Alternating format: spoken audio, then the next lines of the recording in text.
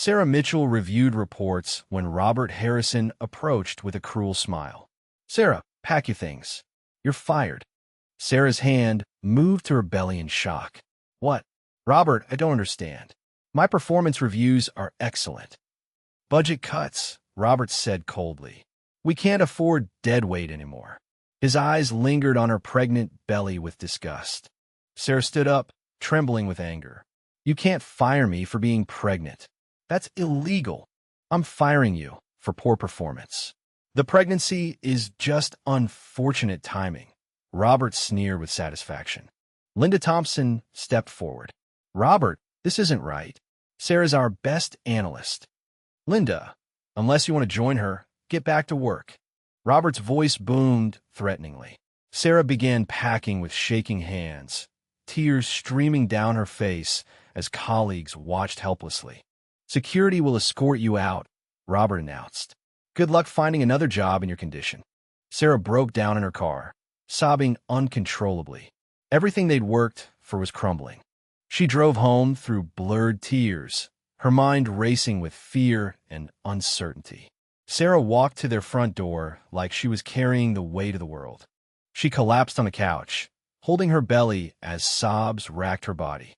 Sarah stared at the ceiling, wondering how she'd tell David they'd lost everything. She heard David's car in the driveway and quickly tried to wipe away her tears.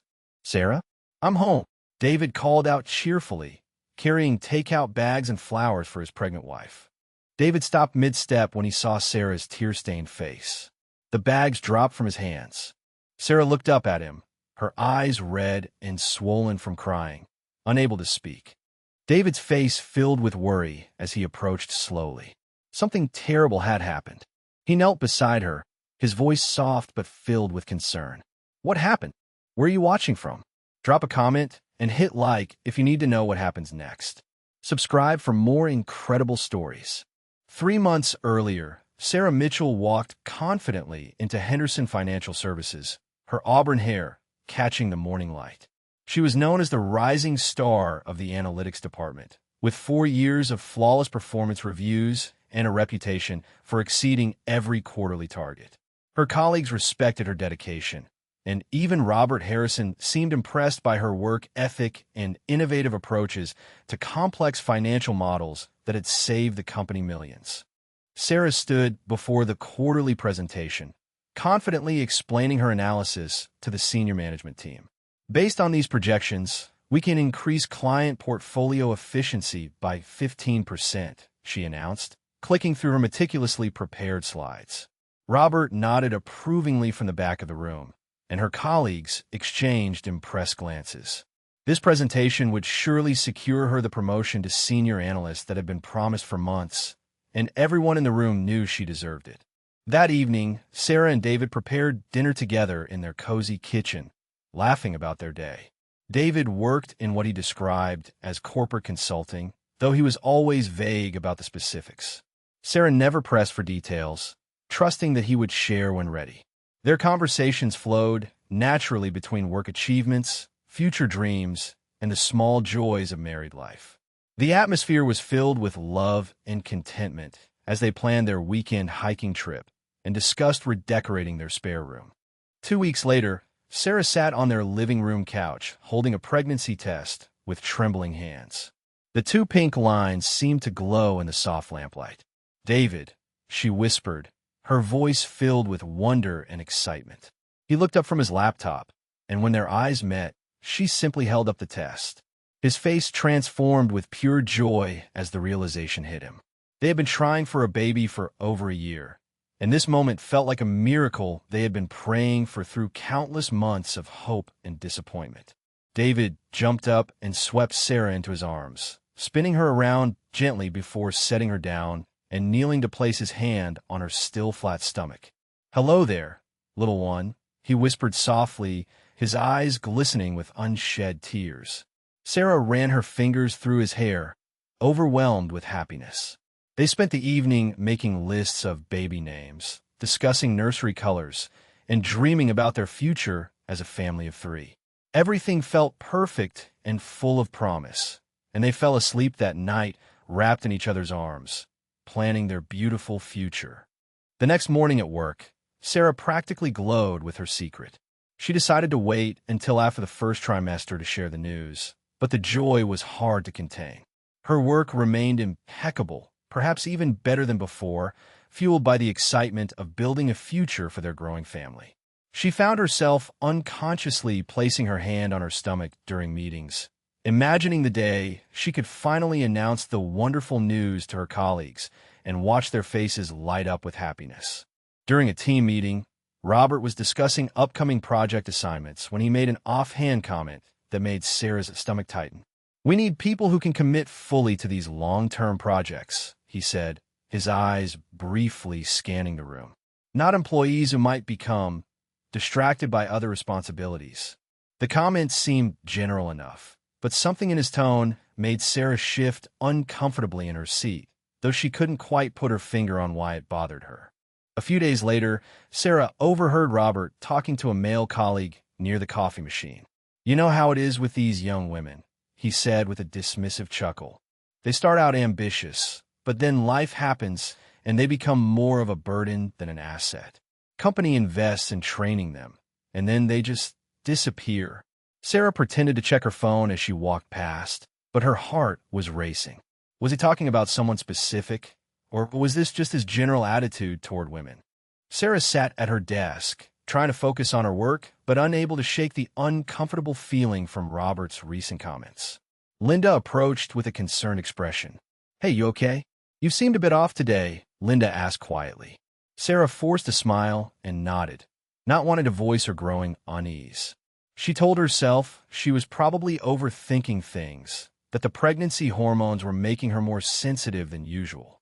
But deep down, a small voice whispered that something had changed. Over the following week, Sarah began to notice how Robert's demeanor toward her had subtly shifted. His responses to her emails became more curt, and he seemed to avoid making direct eye contact during meetings.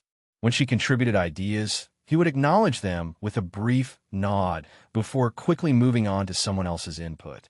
The change was so gradual and subtle that she questioned whether she was imagining it, but the uncomfortable feeling in her stomach told her that her instincts were probably right about the shift in his attitude. 2 weeks later, during the monthly department meeting, Robert stood at the head of the conference table discussing upcoming project assignments with an unusual tension in his voice.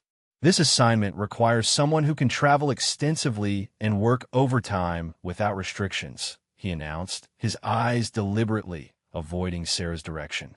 She had been expecting to discuss the senior analyst promotion that had been promised to her for months, but instead Robert seemed to be restructuring everything without consulting her. Her stomach dropped as she realized something was very wrong. Sarah raised her hand politely, trying to keep her voice steady. "Robert, I'd like to discuss the senior analyst position we talked about last quarter." The room fell silent as Robert's expression hardened, and she could feel her colleagues' uncomfortable shifting. "That position requires full commitment and flexibility that might be challenging for certain employees in their current circumstances," he said coldly, his eyes briefly but deliberately flicking to her midsection. "I need someone who can dedicate themselves completely to the role without any personal distractions that might compromise their performance. I'm promoting Jackson Miller to senior analyst, effective immediately," Robert continued, gesturing to the junior employee who had been with the company for only 18 months. Sarah's world tilted as she processed the words. Jackson had less experience, lower performance reviews, and had never led a major project. "But Robert," she began, her voice trembling, "my performance reviews have been outstanding for 4 years. I've saved the company over $2 million. Robert cut her off with a sharp wave. "Experience isn't everything, Sarah. We need fresh energy and unwavering dedication to the company's mission." After the meeting, Linda caught up with Sarah in the hallway, her face flushed with anger. "That was completely illegal, and everyone in that room knows it," Linda whispered furiously, glancing around to ensure no one could overhear. "You've been promised that promotion for months, and your performance is literally twice as good as Jackson's." Sarah's hands trembled as she clutched her files. "He's pushing me out because I'm pregnant," she whispered, her voice cracking. He can't say it directly, but that's exactly what this is. I can see it in his calculated words and cold stares. The reality of discrimination hit her hard. In the break room, Linda poured Sarah a cup of tea with shaking hands, her own anger barely contained. "This is textbook pregnancy discrimination," Linda said, her voice filled with rage. "He's making comments about distractions and dedication, right after passing you over for a promotion you clearly earned." Sarah wiped away tears that threatened to spill over.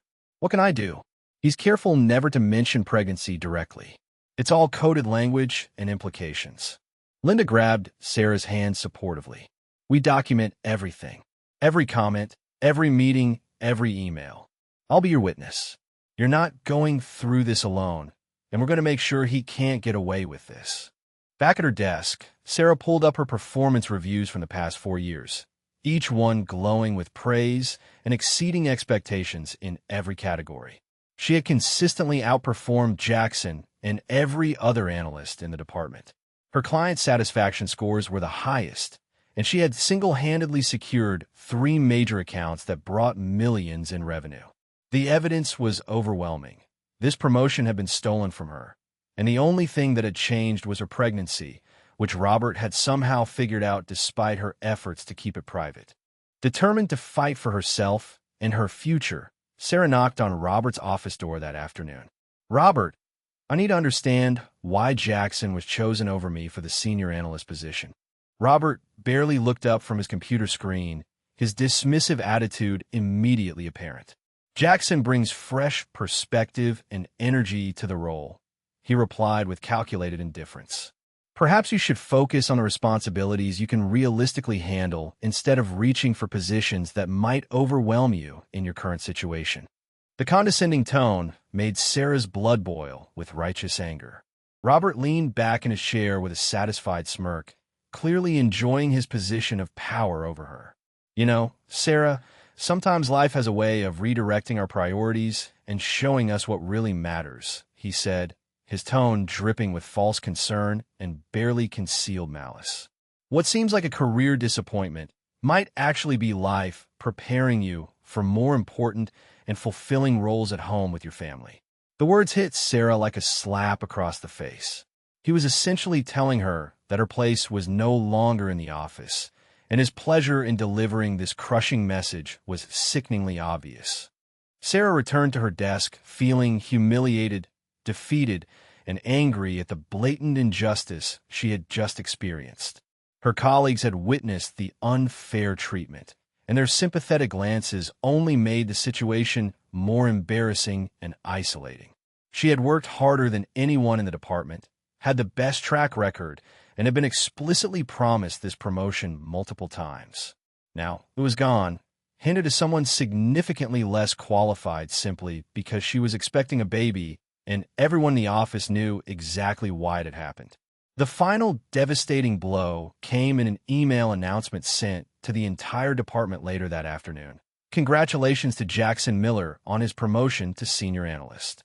We're confident his dedication, flexibility, and unwavering commitment will serve our clients exceptionally well." Sarah stared at the screen, reading between the lines of every carefully chosen word. Dedication, flexibility, and unwavering commitment, all code words for not being pregnant. She had lost a guaranteed promotion to someone with half her qualifications and experience, and everyone in the office knew exactly why it had happened. The discrimination was blatant, calculated, and designed to push her out. The following week, Sarah arrived at work to find her desk buried under an impossible mountain of files and urgent deadlines that seemed to have appeared overnight.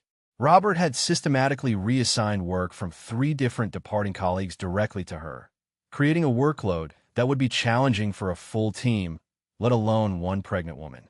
The message was clear. He was setting her up to fail. Each project had unrealistic deadlines, complex requirements, and demanding clients who expected immediate responses. As Sarah stared at the overwhelming pile of work, she realized this was Robert's next calculated move in his campaign to push her out of the company. During the morning team meeting, Robert announced the new assignments with barely concealed satisfaction.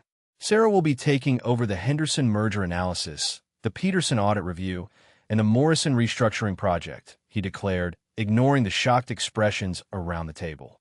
These were three of the most demanding projects in the department, each typically handled by separate teams. I'm confident she can handle the increased responsibility, Robert added with a cold smile, assuming she's truly committed to her career here. The implication was clear. Fail to complete this impossible workload, and he would have grounds to question her dedication and performance. By midday, Sarah was working frantically, trying to juggle phone calls with 3 different clients while simultaneously reviewing complex financial documents. Linda approached with a concerned expression, watching her friend's obvious distress. "Sarah, this is insane," Linda whispered, glancing around to ensure Robert wasn't nearby. "He's given you enough work for an entire team. No one could complete all of this in the time frames he's set." Sarah looked up with exhausted eyes, her hand unconsciously moving to her growing belly. "I have to try," she whispered back. "If I fail, he'll have proof that I can't handle my responsibilities. He's creating a paper trail to justify firing me." As the afternoon stretched into evening, the office gradually emptied, but Sarah remained at her desk, desperately trying to make progress on the overwhelming workload. Her back ached from sitting for hours, her feet were swollen, and she felt the familiar exhaustion that came with her advancing pregnancy. Every movement felt labored, and she could feel the stress taking a physical toll on both her and her unborn baby. The irony wasn't lost on her. Robert was using her pregnancy against her while simultaneously creating conditions that endangered both her health and her child's well-being. In the break room, Linda found Sarah slumped over a cup of decaf coffee, tears of frustration and exhaustion streaming down her face. "I can't do this," Sarah sobbed quietly, her voice breaking with the weight of her situation. "He's given me an impossible workload, and when I fail, he'll use it as justification to fire me. But if I push myself to complete it, I'm risking my baby's health." Linda sat beside her, anger burning in her eyes. "This is deliberate torture," Linda said firmly. "He's not just discriminating against you. He's creating a hostile work environment designed to force you out. We need to document every single assignment, every deadline, every impossible demand he's making." Sarah finally arrived home well past 9 p.m., her feet dragging and her face etched with exhaustion that went beyond normal tiredness.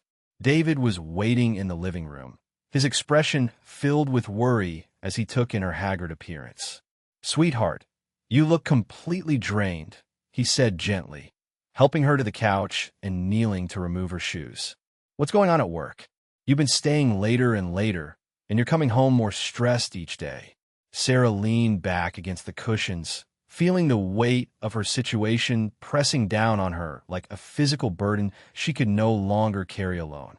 "Robert is systematically destroying my career," Sarah explained through tears of frustration and exhaustion. "He's loaded me with an impossible workload, 3 major projects that normally require separate teams. When I inevitably fail to meet his unrealistic deadlines, he'll have documentation to justify firing me." David's jaw tightened as he listened, his hands gently rubbing her swollen feet. "How much work are we talking about?" he asked, though his tone suggested he already knew the answer would be outrageous. 60 to 80 hours a week, Sarah replied weakly, "and that's if everything goes perfectly with no complications or delays." David pulled Sarah into his arms, his own anger carefully controlled to avoid adding to her stress. "This has to stop," he said quietly, his voice carrying an undertone of determination that Sarah had never heard before. "You're 7 months pregnant, and he's deliberately putting both you and our baby at risk. This isn't just workplace harassment, it's endangering your health." Sarah felt a mixture of relief and fear at his words. Relief that someone finally understood the full scope of what she was facing, and fear about what the consequences might be if she couldn't find a way to survive Robert's calculated assault on her career. The next day, Sarah sat in her obstetrician's office for her routine appointment, but the stress of recent weeks was evident in her elevated blood pressure and exhausted appearance. Dr. Martinez finished checking her vitals with a concerned frown, reviewing the results with obvious worry. Sarah, your blood pressure is significantly elevated, and you've lost weight instead of gaining it. This level of stress isn't just unhealthy, it's dangerous. The doctor's expression grew more serious as she continued the examination. I'm seeing signs that suggest you're under severe emotional and physical strain. What's been happening in your life lately?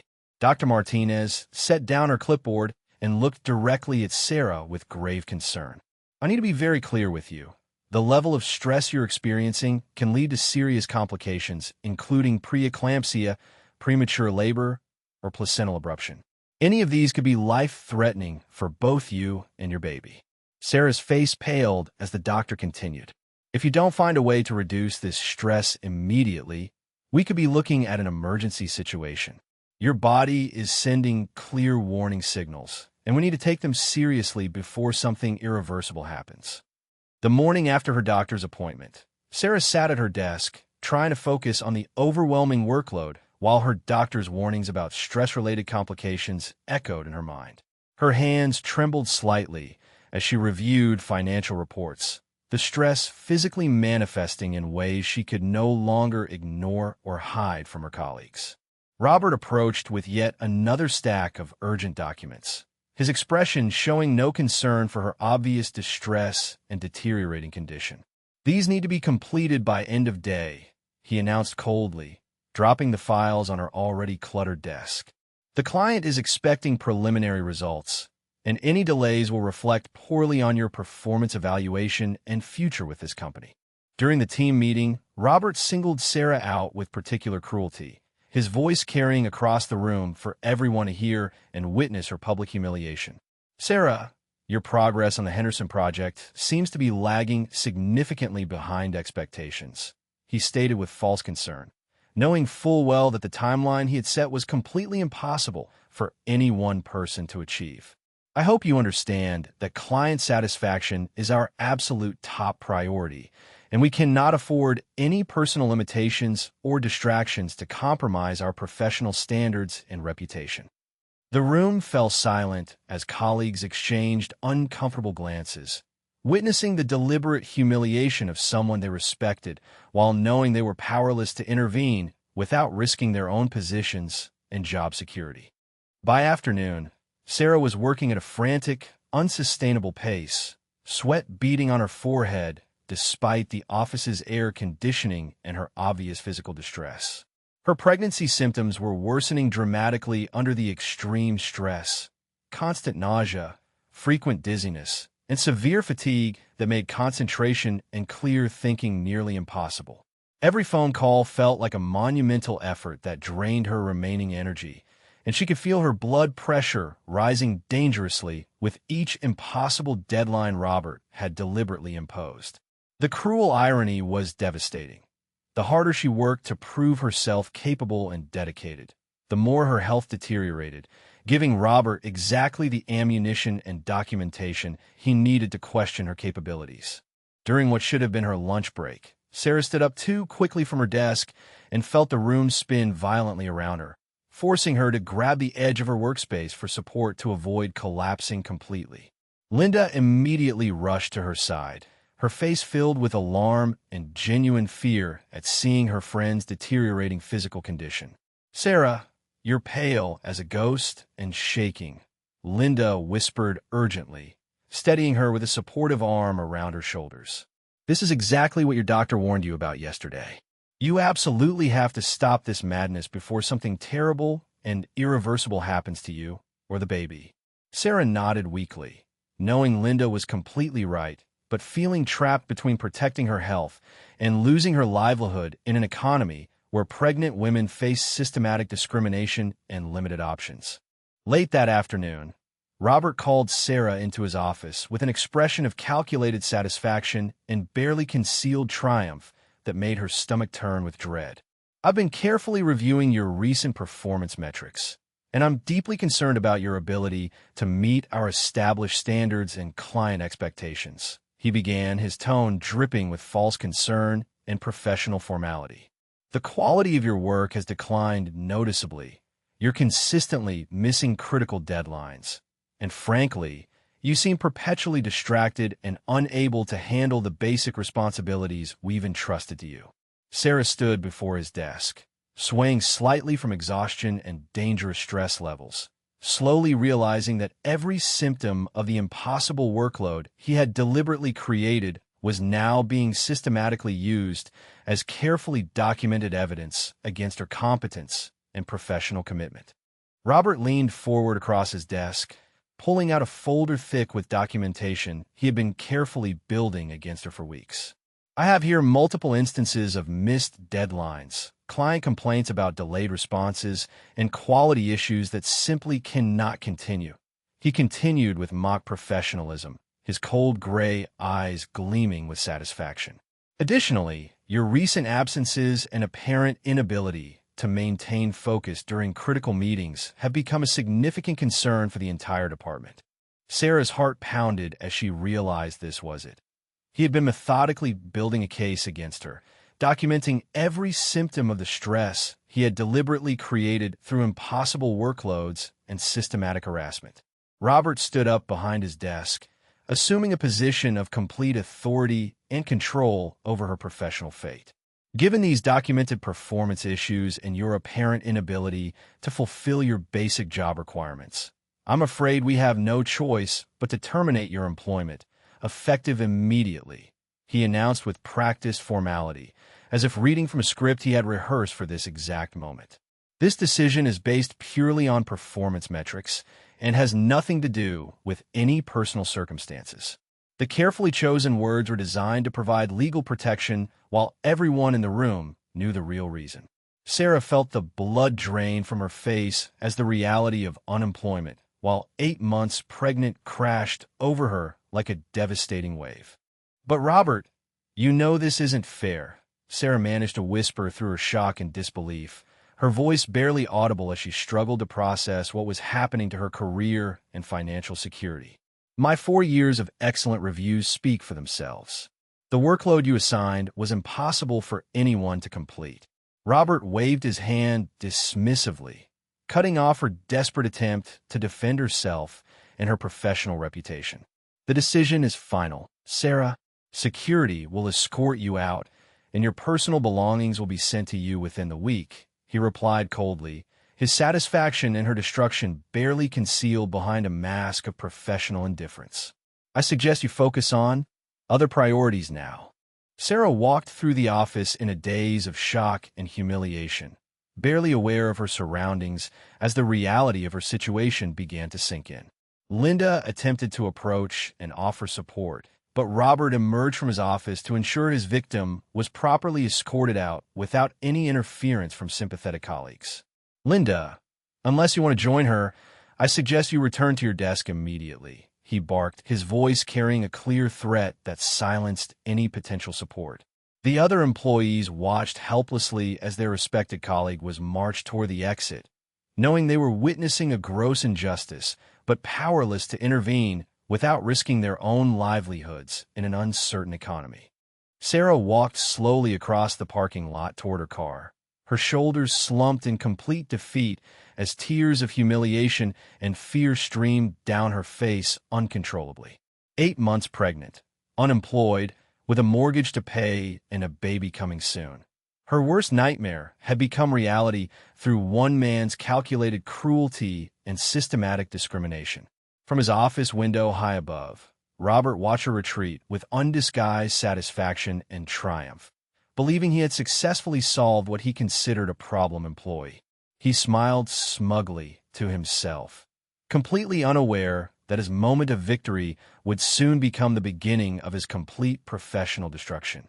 Sarah walked through her front door like a ghost, her legs barely carrying her as the full weight of what had just happened crashed over her in waves of disbelief and terror. The familiar warmth of their home felt foreign and unwelcoming now, tainted by the knowledge that they could lose it all within months. She dropped her purse by the door and stood frozen in the entryway, staring at their wedding photos and the life they had built together, knowing that everything was about to change forever. The baby kicked inside her, a painful reminder of the innocent life depending on her ability to provide security and stability that had just been cruelly stripped away by Robert's calculated discrimination. Sarah collapsed onto their couch, her body shaking with sobs that seemed to come from the deepest part of her soul as the reality of unemployment, while 8 months pregnant hit her with devastating force. She held her rounded belly protectively, whispering apologies to her unborn child for failing to protect their future and financial security. "I'm so sorry, little one," she whispered through her tears, feeling like she had let down not only herself but the precious life growing inside her. The house felt eerily quiet except for her sobbing, amplifying her sense of isolation and helplessness in a world that seemed determined to punish women for the crime of becoming mothers. Through her tears, Sarah's eyes fell on the stack of bills and mortgage papers they had left on the coffee table that morning when life still made sense and their future seemed secure. The numbers that had seemed manageable with 2 incomes now looked impossibly large and threatening, each bill representing another month of expenses they might not be able to cover.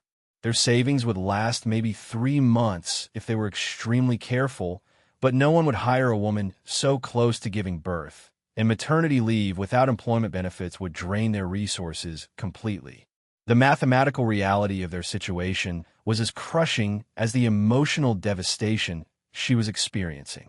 Sarah moved to the kitchen, pacing anxiously as she tried to calm herself down for the baby's sake, remembering her doctor's warnings about stress and its dangerous effects on pregnancy.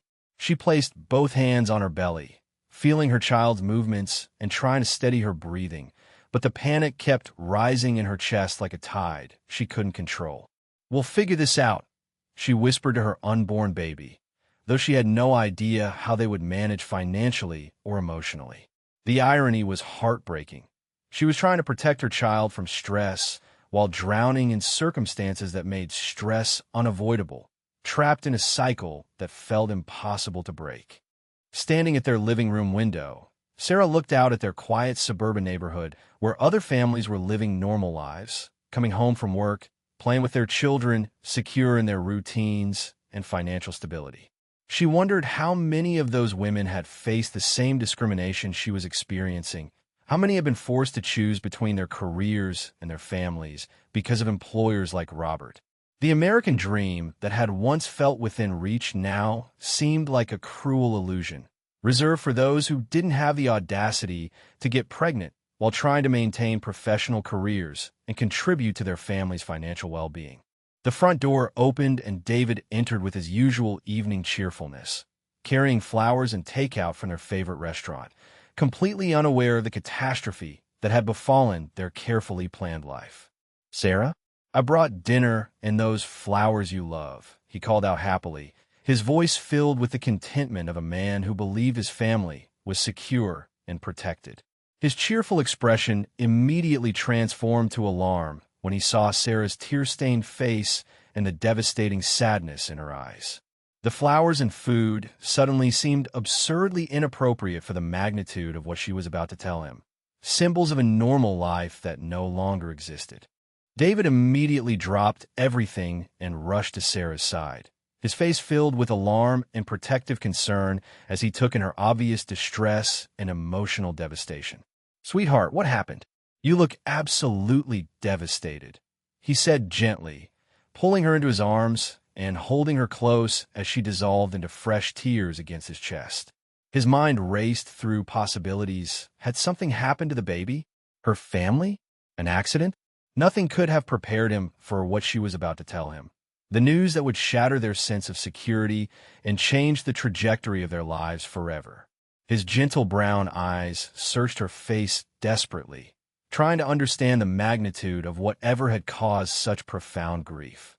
"He fired me, David," Sarah sobbed against his shoulder, the words coming out in broken pieces between her tears and gasps for breath. "Robert fired me because I'm pregnant. He made up excuses about performance, but we both know the real reason. 8 months pregnant, and he threw me out like garbage."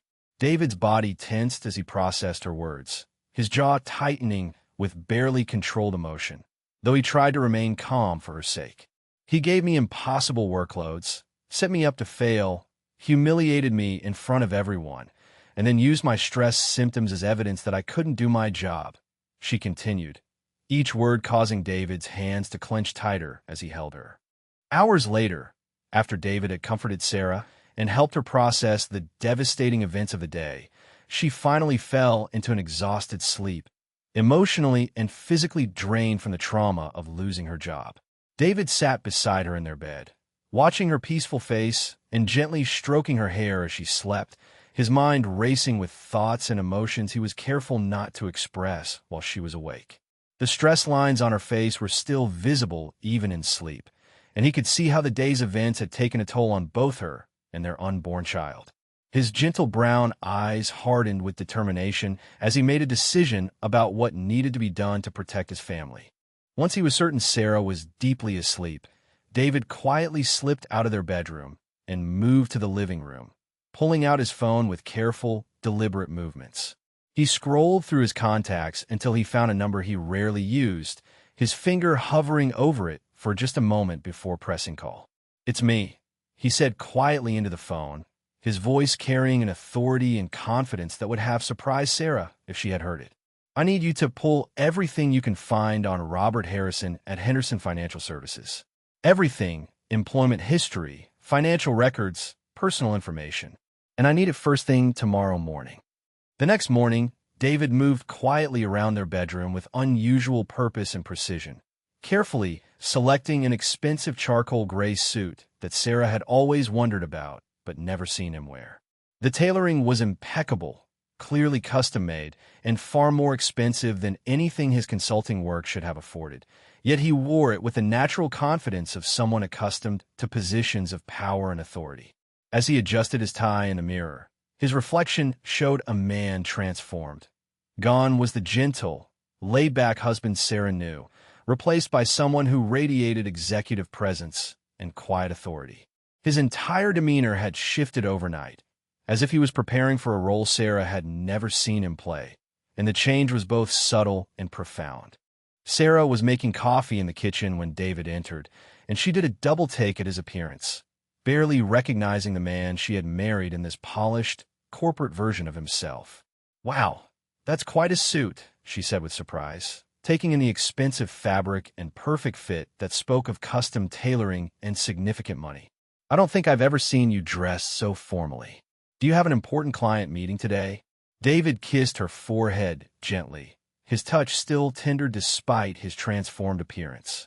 "Something like that," he replied with a mysterious smile that didn't quite reach his eyes. "I might be late tonight, but don't worry about anything. Just focus on resting and taking care of yourself and the baby." There was something in his tone, a confidence and authority she had never heard before, that made her wonder exactly what kind of consulting work he really did. An hour after David left, Sarah heard the doorbell and opened it to find Margaret, David's mother, standing on their porch with a concerned expression and a casserole dish in her hands. "Hi, sweetheart," Margaret said warmly, though her wise brown eyes showed worry and something that looked almost like anticipation. "David called me early this morning and asked me to come spend the day with you. He said you had a difficult day yesterday and could use some company." Sarah was touched by the gesture, but also puzzled. David rarely asked his mother to check on her, and there was something in Margaret's manner that suggested she knew more about the situation than she was letting on. "That's so thoughtful of him," Sarah replied, though she couldn't shake the feeling that there was more to this visit than simple concern for her well-being. As they settled in the living room with tea, Margaret's presence was surprisingly comforting, and Sarah found herself opening up about the previous day's devastating events with someone who listened with genuine understanding and wisdom. "Robert Harrison sounds like a thoroughly despicable man," Margaret said with quiet anger after hearing the full story of Sarah's systematic harassment and wrongful termination. "What he did to you wasn't just illegal. It was cruel and calculated, designed to harm both you and your unborn child." Sarah was surprised by the intensity of Margaret's reaction and the way she spoke about workplace discrimination as if she had personal experience with corporate environments. "You know, dear," Margaret continued thoughtfully, "sometimes people like Robert think they're untouchable, that they can destroy others without consequences. But life has a way of teaching such people very harsh lessons about the consequences of their actions. Margaret paused her knitting and looked at Sarah with an expression that seemed to hold secrets and knowledge far beyond what a typical mother-in-law should possess about corporate matters. "Sarah, I hope you won't mind me asking, but what do you know about David's work? His real work? I mean, not just the general consulting description he usually gives people." Sarah looked puzzled by the question, suddenly realizing that in 4 years of marriage, David had always been remarkably vague about the specifics of his professional life. "He's always said he does corporate consulting, but he never talks about specific clients or projects," Sarah admitted. "I assumed it was confidentiality agreements or just not wanting to bore me with work details." "Why do you ask?" Margaret's smile was enigmatic, suggesting she knew much more than she was revealing about her son's mysterious career and capabilities.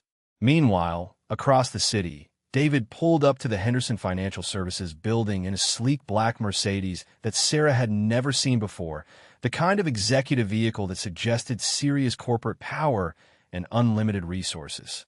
He sat in the car for a moment, his expression calm and determined as he reviewed documents on his phone and made final preparations for what was about to unfold. The building's imposing glass facade reflected his image as he approached the entrance, and even the security guards seemed to recognize something in his bearing that commanded immediate respect and attention. This was clearly not a man making a routine business visit. This was someone with the authority and power to change the entire trajectory of the company, though no one inside had any idea what was coming their way. In the lobby, David approached the reception desk with the confident stride of someone accustomed to being immediately accommodated in any corporate environment. "Good morning," he said to the receptionist with polite authority, his voice carrying undertones of executive power that made her sit up straighter and pay close attention. "I'm here for an unscheduled visit to review operations. I'll need you to call your regional manager and inform him that the CEO of Pacific Holdings is here for an immediate inspection." The receptionist's eyes widened with recognition and concern. Pacific Holdings was Henderson Financial's parent company, and an unannounced visit from the CEO could only mean serious trouble for someone. She immediately reached for her phone with trembling fingers, suddenly understanding that this was not a routine business call, but potentially a career-ending event for whoever had attracted the attention of the company's ultimate authority. As David rode the elevator to the floor where Sarah had worked and suffered, his calm exterior masked the controlled fury he felt toward Robert Harrison and the systematic abuse his wife had endured. The elevator numbers climbed steadily, each floor bringing him closer to a confrontation that would either result in justice for Sarah or the complete destruction of everyone responsible for her mistreatment. His phone buzzed with messages from his assistant confirming that all the requested background information on Robert Harrison had been compiled and was waiting for his review. The documents would provide everything he needed to not only address Sarah's wrongful termination, but potentially uncover other instances of discrimination and misconduct that had been allowed to fester under Robert's management. When the elevator doors opened, David stepped onto the office floor, where Sarah had spent 4 years building her career before having it destroyed by one man's prejudice and cruelty. The office workers looked up from their desks, immediately sensing that something significant was happening as this impeccably dressed stranger moved through their workspace with unmistakable executive authority. Linda recognized him as Sarah's husband and started to approach, but something in his bearing suggested this was not a social visit or a grieving spouse seeking sympathy. This was a man on a mission, someone with the power to fundamentally change the dynamics of their workplace, and the entire office seemed to hold its breath as he made his way toward Robert's office with purposeful determination. David paused briefly outside Robert Harrison's office door, taking a moment to center himself and ensure that his approach would be measured, professional, and devastatingly effective in achieving justice for his wife. Through the glass, he could see Robert sitting at his desk, completely oblivious to the fact that his world was about to be turned upside down by the very man whose wife he had tortured and destroyed. David's hand moved to the door handle, and for a moment the entire office seemed suspended in anticipation, as if everyone could sense that they were about to witness something that would fundamentally change the power dynamics of their workplace forever. David knocked once and entered Robert's office without waiting for permission, his presence immediately commanding attention and respect in a way that made Robert look up with confusion and growing concern. "Robert Harrison?" David asked in a calm, professional tone that carried unmistakable executive authority, though Robert had no idea who this impeccably dressed stranger was or why he radiated such corporate power. "I'm David Chun, CEO of Pacific Holdings Corporation, your parent company. I'm here for an unscheduled operational review." The words hit Robert like a physical blow, his face draining of color as he realized that the ultimate corporate authority was standing in his office, and unscheduled reviews from parent company CEOs typically meant someone was about to be destroyed professionally. Robert's hands began to tremble as he struggled to process what was happening and why the most powerful person in their corporate hierarchy had appeared without warning. Robert shot to his feet so quickly that his chair rolled backward and hit the wall, his entire body language shifting to one of desperate deference and barely concealed panic. "Mr. Chun, I had no idea you were coming. If I had known, I would have prepared presentations, gathered reports, arranged proper meetings with the entire management team." He stammered, sweat beginning to bead on his forehead as he tried to understand why the CEO would make an unannounced visit specifically to his office. David remained perfectly calm, his expression unreadable as he took in Robert's obvious discomfort and fear. "That won't be necessary, Robert. I'm here to discuss one specific matter that has come to my attention, and I believe you know exactly what that is," David replied with quiet authority, his tone suggesting that lies or deflection would not be tolerated. The office suddenly felt smaller and more claustrophobic as Robert realized this was not a routine business visit, but a targeted investigation. David closed the office door with deliberate precision and turned back to face Robert, his movements calculated to maximize the psychological impact of their private confrontation. "Please sit down, Robert. We need to have a very serious conversation about your management practices and treatment of employees," David said with the kind of calm authority that made it clear this was not a request, but a command. Robert's legs felt weak as he sank back into his chair, his mind racing through recent decisions and wondering which of his actions had somehow reached the attention of the parent company CEO. The closed door seemed to seal his fate, creating an environment where his usual bullying tactics and corporate manipulation would be not only ineffective, but potentially career-ending. David remained standing, using his position to establish clear dominance and control over the conversation that was about to unfold. David pulled out a thick folder of documents and placed it on Robert's desk with controlled precision, the sound of paper hitting would echoing ominously in the suddenly quiet office. "This contains documentation of your systematic harassment and discriminatory treatment of one of your employees, Sarah Mitchell," David said, his voice remaining professionally calm, while his eyes showed the controlled fury of a man seeking justice for someone he loved. Robert's face went from pale to ashen as he stared at the folder, realizing that somehow his carefully orchestrated campaign against Sarah had been discovered and documented by the most powerful person in their corporate structure. "I have here email records, witness statements, performance reviews, and a detailed timeline of your discriminatory actions over the past several months," David continued, opening the folder to reveal pages of damning evidence. Robert's mouth went dry as he realized that his career, his reputation, and his financial security were all hanging by a thread that David held in his hands. "Mr. Chun, I think there's been some misunderstanding," Robert began desperately, his voice cracking with the strain of trying to appear innocent while knowing he was completely guilty of everything being accused. "Sarah Mitchell was terminated for legitimate performance issues. I have documentation of missed deadlines, client complaints, and declining work quality that justified my decision." David's expression grew even colder as he listened to Robert's pathetic attempt to justify the unjustifiable, his jaw tightening with controlled anger. "Robert, I have the complete timeline of your actions, including the impossible workloads you assigned, the public humiliations, the discriminatory comments, and the systematic harassment you used to create the very performance issues you're now citing as justification," David replied with devastating calm. "More importantly, I know that Sarah Mitchell is 8 months pregnant, and your actions constituted deliberate discrimination based on her pregnancy status, which is not only illegal, but morally reprehensible. Robert's eyes widened with dawning horror as pieces of the puzzle began falling into place, his brain struggling to process the implications of what he was hearing and seeing. "Wait," he whispered, his voice barely audible as the full magnitude of his situation became clear. "Sarah Mitchell, she's your—" David's expression remained impassive, but there was a dangerous glint in his eyes that confirmed Robert's worst fears. "Sarah Mitchell Chun is my wife, Robert, the woman you systematically harassed, discriminated against, and wrongfully terminated while she was carrying my child," David said with quiet authority, each word landing like a physical blow.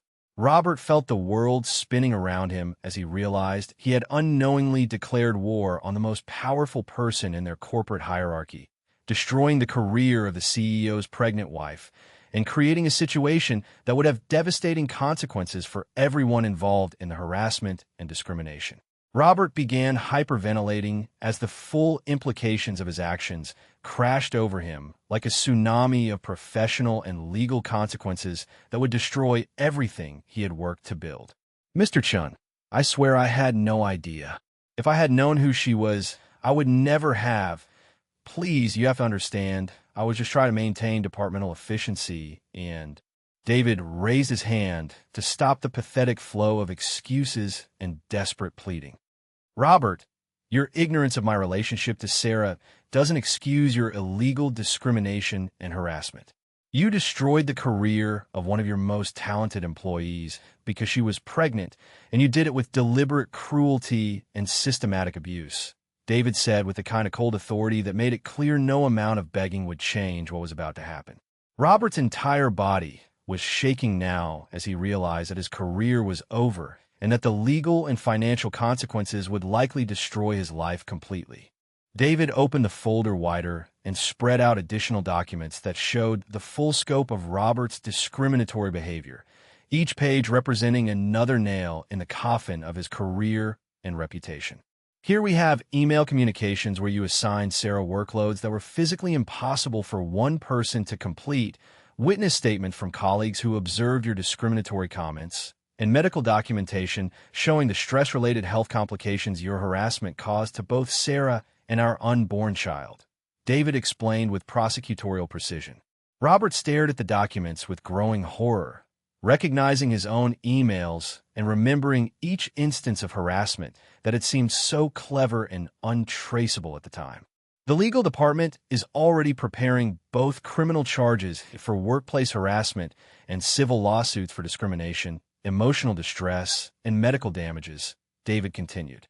But before we proceed with destroying you completely, I wanted to give you the opportunity to understand exactly why your life is about to be ruined. Please, Mr. Chun, I'm begging you, Robert pleaded desperately, his voice breaking as he realized the magnitude of what he was facing. I'll do anything to make this right.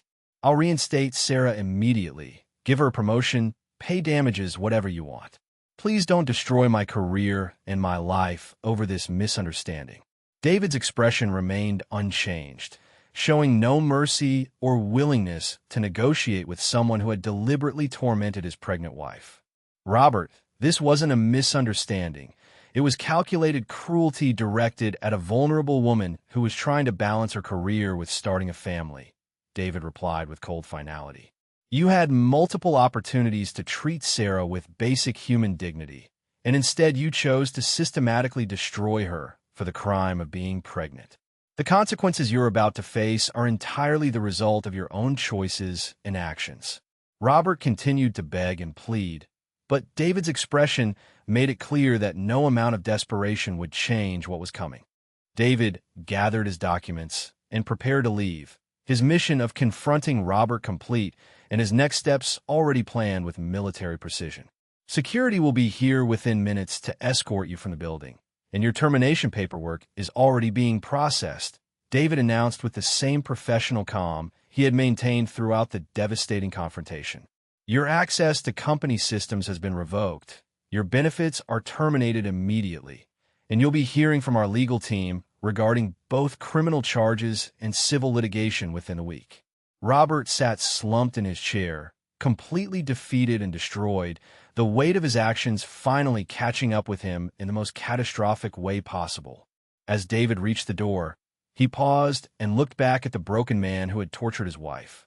"Robert, I hope the temporary satisfaction you got from destroying Sarah was worth losing everything you've ever worked for, because the consequences of your cruelty are just beginning."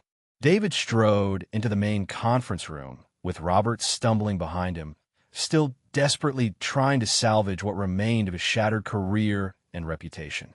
The office staff had gathered, drawn by the commotion and sensing that something momentous was happening that would fundamentally change their workplace dynamics forever. "Ladies and gentlemen," David announced with calm authority that commanded immediate attention from everyone present, "I'm David Chun, CEO of Pacific Holdings, your parent company. I'm here to address serious misconduct that has been occurring in this office." Linda stepped forward with recognition dawning in her eyes, finally understanding who Sarah's mysterious husband really was and why he had always been so vague about his work. The room buzzed with whispered conversations as employees realized they were witnessing corporate justice being delivered at the highest level, and everyone who had witnessed Sarah's mistreatment felt a surge of vindication and hope. Robert made one final, desperate attempt to control the narrative before his complete professional destruction became public knowledge.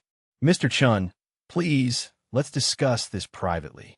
There's no need to involve the entire staff in what amounts to a simple misunderstanding about performance management and departmental efficiency," he pleaded, his voice cracking with desperation as sweat poured down his face.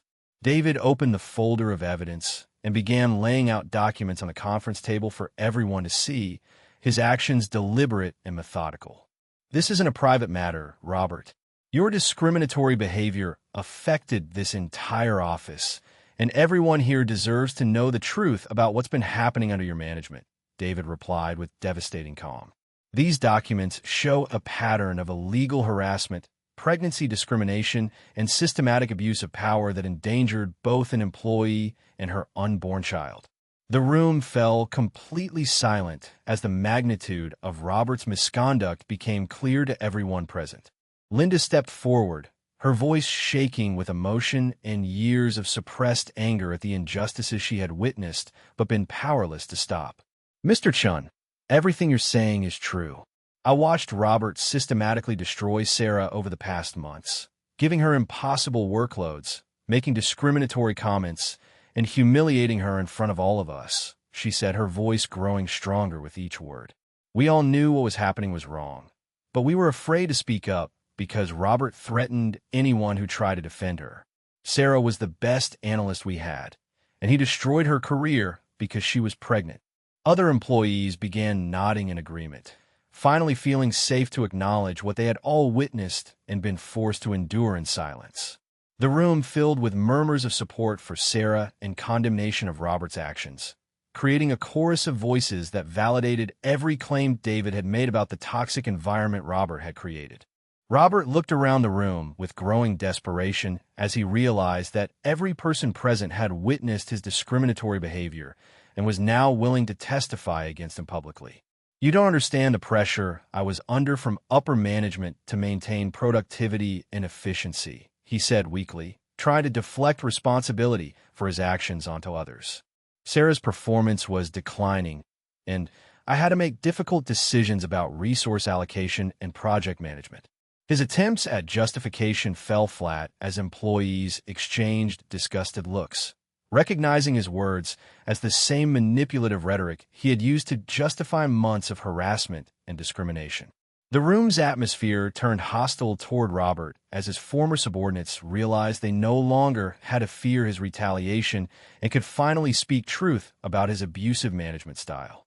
David watched the proceedings with satisfaction, seeing that Robert's own actions had turned his entire team against him and provided overwhelming evidence of his misconduct. David addressed the entire room with the kind of executive presence and genuine concern that immediately commanded respect and trust from everyone present. I want everyone here to understand that what happened to Sarah Mitchell will never happen again in any office under my corporate umbrella," he announced with authority that left no room for doubt or contradiction. Pregnancy discrimination, harassment, and abuse of power are not just illegal. They're morally reprehensible and completely contrary to our company values and standards. The relief in the room was palpable as employees realized they were finally working under leadership that would protect them rather than exploit their vulnerabilities.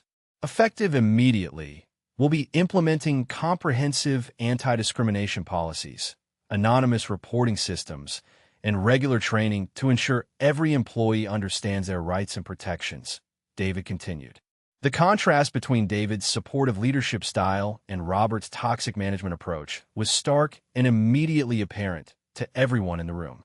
The conference room doors opened unexpectedly, and Sarah walked in, her presence immediately drawing gasps of recognition and concern from her former colleagues who could see the emotional toll recent events had taken on her.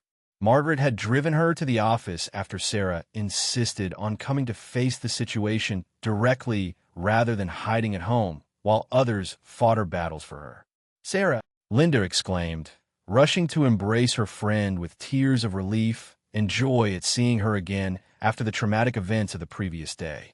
The other employees gathered around her with expressions of support and apology for not being able to protect her from Robert's systematic abuse and discrimination. Sarah's eyes met David's across the room, and for the first time she began to understand the true scope of her husband's power and influence, realizing that the quiet, modest man she had married was actually one of the most powerful executives in the corporate world. Sarah looked directly at Robert, her voice steady despite the emotional magnitude of the moment and the trauma she had endured at his hands. "Robert, you tried to destroy my career and endanger my child's health because you couldn't accept that a pregnant woman could be a valuable employee," she said with quiet dignity that made her strength and character evident to everyone present. "You made me feel worthless and expendable when I should have been celebrating one of the happiest times of my life." Robert couldn't meet her eyes, his shame and defeat evident as he realized the full human cost of his cruel actions and discriminatory behavior. The room watched in respectful silence as Sarah confronted the man who had caused her so much pain and suffering, her courage and grace under pressure earning the admiration of everyone present. "But you didn't break me, Robert. You just revealed your own weakness and moral bankruptcy for everyone to see," she continued, her voice growing stronger with each word of truth and vindication. David moved to stand beside his wife, their united presence creating a powerful symbol of love, support, and justice that resonated throughout the room and demonstrated the strength of their partnership. "Sarah has every right to pursue both criminal charges and civil litigation against you personally, Robert, and our legal team is prepared to support her fully in seeking maximum damages and penalties," David announced with the authority of someone who had unlimited resources and determination to see justice served. Robert stood alone and defeated, abandoned by his former colleagues, and facing the complete destruction of his career, reputation, and financial security as consequences for his deliberate cruelty and discrimination. The contrast between his isolation and the Chen's united strength was stark and symbolic, showing how hatred and prejudice ultimately defeat themselves while love and justice prevail. "However," David continued, "Sarah will have the final say in determining your fate, because this was her career and her life that you tried to destroy through your illegal and immoral actions."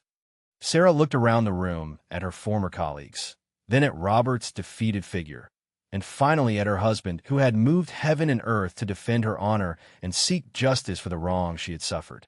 The silence in the room was profound as everyone waited to hear what she would decide, knowing that her choice would determine not only Robert's fate, but also set the tone for how their workplace would handle discrimination and harassment in the future. Robert looked up at her with desperate hope mixed with terror, realizing that his entire future hung in the balance of what this woman he had tormented would choose to do with the power she now held over him. Sarah took a deep breath, her hand moving protectively to her belly as she considered the weight of the decision before her and the impact it would have on everyone present. The power to destroy Robert completely was now in her hands. She could pursue criminal charges, civil litigation, and ensure he never worked in corporate America again. But as she looked at the faces around her, she realized this moment was about more than revenge or punishment. "I've made my decision about what should happen to Robert," Sarah announced, her voice clear and steady as the entire room held its breath, waiting to learn whether she would choose mercy or justice, forgiveness or retribution. Sarah looked directly at Robert, her voice filled with strength and conviction as she prepared to announce the decision that would change everything for everyone present in the room. "Robert, I could pursue criminal charges against you, destroy your career completely, and ensure you never work in corporate America again," she began, her words causing him to visibly tremble with fear and anticipation.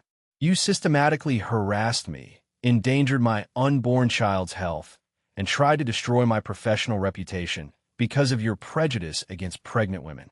The room remained completely silent as everyone waited to hear whether Sarah would choose revenge or mercy, justice or forgiveness. "But I've decided that destroying you won't undo the pain you caused or prevent other women from facing similar discrimination in workplaces across the country," Sarah continued, her voice growing stronger with each word as she outlined her vision for something bigger than personal retribution. "Instead of focusing on punishment, I want to focus on prevention and positive change that will benefit countless women who shouldn't have to endure what I experienced," Sarah announced, her decision surprising everyone in the room who had expected her to seek maximum revenge against Robert. "I want this company to become a model for how businesses should treat pregnant employees and working mothers, with comprehensive policies, support systems, and cultural changes that protect everyone's rights." The relief and admiration in the room was palpable as employees realized that Sarah was choosing to transform her personal trauma into systemic change that would have lasting positive impact. David watched his wife with obvious pride and love, seeing her strength and wisdom in choosing transformation over destruction, healing over hatred. Robert looked stunned, unable to process that the woman he had tortured was offering him a path to redemption rather than complete annihilation of his life and career. David stepped forward to support his wife's remarkable decision, his voice filled with admiration for her strength and wisdom in choosing positive change over personal revenge. Sarah's vision for transformation will be implemented immediately across all our corporate locations, making this company a leader in supporting working families and preventing discrimination, he announced with the authority to make such sweeping changes happen instantly. "We'll establish comprehensive maternity leave policies, flexible work arrangements, lactation support facilities, and zero-tolerance policies for pregnancy discrimination." The employees exchanged excited glances as they realized their workplace was about to become dramatically better for everyone, especially women who wanted to balance careers with family responsibilities. Linda wiped away tears of joy and pride, knowing that Sarah's courage would benefit countless other women who might never know her name, but would benefit from her sacrifice and strength. Sarah turned directly to Robert, her voice firm but not cruel as she outlined the conditions of a second chance and the accountability measures that would ensure he never again harmed another employee. "Robert, you'll be demoted from management permanently and will work under close supervision with mandatory training on discrimination, harassment, and proper workplace behavior," she announced, her terms both merciful and just. "You'll also be required to participate in our new mentorship program for working mothers, helping to create the supportive environment you previously worked to destroy." Robert nodded frantically, tears of gratitude and shame streaming down his face as he realized he was being offered redemption rather than destruction. "But understand this clearly. If you ever again discriminate against any employee for any reason, the full weight of our legal resources will come down on you without mercy," Sarah continued, making it clear that this was his one and only chance for redemption. The room erupted in applause and celebration as employees realized that not only had justice been served, but their workplace was about to become dramatically better for everyone through Sarah's transformative vision. Linda rushed to embrace Sarah with tears of joy and pride, knowing that her friend's courage and wisdom had turned a terrible situation into an opportunity for positive change that would benefit countless people. "You're incredible," Linda whispered through her tears. "You could have destroyed him, but instead you chose to build something better for all of us." Other employees gathered around Sarah with expressions of gratitude and admiration, recognizing that her strength and grace under pressure had created a watershed moment that would improve their lives and the lives of future employees. The atmosphere in the room had shifted from tension and conflict to hope and excitement about the positive changes that were about to transform their workplace culture. David took charge of the practical implementation of Sarah's vision, his executive authority ensuring that the promised changes would happen immediately rather than being delayed by bureaucratic processes. Effective immediately, I'm appointing Sarah as our new Director of Family Workplace Initiatives, with full authority to implement policies that support working parents and prevent discrimination, he announced to enthusiastic applause from the entire room. Her first priority will be conducting a comprehensive review of all our employment practices and creating industry-leading standards for family-friendly workplaces. Sarah's face glowed with excitement and purpose as she realized that her terrible experience was being transformed into an opportunity to help countless other women and families.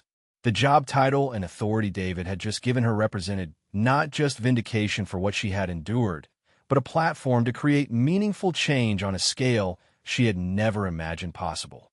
Sarah addressed the room with the confidence and authority of someone who had found her true calling through adversity, her voice filled with passion as she outlined her comprehensive vision for workplace transformation. "We're going to create on-site childcare facilities, flexible scheduling for all parents, comprehensive parental leave policies that support both mothers and fathers, and mentorship programs that help working parents advance their careers," she announced to growing excitement from her audience. "Most importantly, we're going to change the culture so that starting a family is seen as a blessing to be supported rather than a burden to be penalized." The employees listened with rapt attention, many of them parents themselves who had struggled to balance work and family responsibilities under the old system. David watched with obvious pride as his wife transformed from victim to leader, using her experience to become a powerful advocate for positive change that would improve countless lives. As they left the building together, Sarah and David walked hand in hand with the satisfaction of justice served and positive change initiated, their bond stronger than ever after facing adversity together. Margaret was waiting by the car with a knowing smile, having anticipated that her son and daughter-in-law would find a way to turn crisis into opportunity through their combined strength and wisdom. "I'm so proud of both of you," Margaret said warmly, embracing them both with the joy of a mother who had watched her family face a terrible challenge and emerge victorious. "Sarah, your grace and wisdom in that room was extraordinary. You chose healing over hatred, and that takes true strength and character." The afternoon sun seemed brighter as they stood together, a family united by love and strengthened by their commitment to justice and positive change that would benefit countless others. That evening, Sarah and David stood in their baby's nursery, finally able to focus on the joy of their approaching parenthood without the shadow of workplace discrimination and financial insecurity hanging over them. Sarah's hand rested on her belly as she felt their child moving, and for the first time in months, she felt nothing but excitement and anticipation for their future together. "Our baby is going to grow up in a world where mommy helped make things better for working families everywhere," David said softly, his arms wrapped around his wife from behind as they looked at the crib they had assembled together. "What happened to us was terrible, but you turned it into something beautiful and meaningful that will help so many other families." Sarah leaned back against his chest, feeling safe and loved and proud of what they had accomplished together through their darkest hour. As they relaxed together on their couch that evening, Sarah reflected on the incredible journey that had brought them to this moment of peace and vindication after so much pain and uncertainty. "Thank you for being my hero," she whispered to David, knowing that without his love and support, she might never have found the strength to transform her trauma into positive change.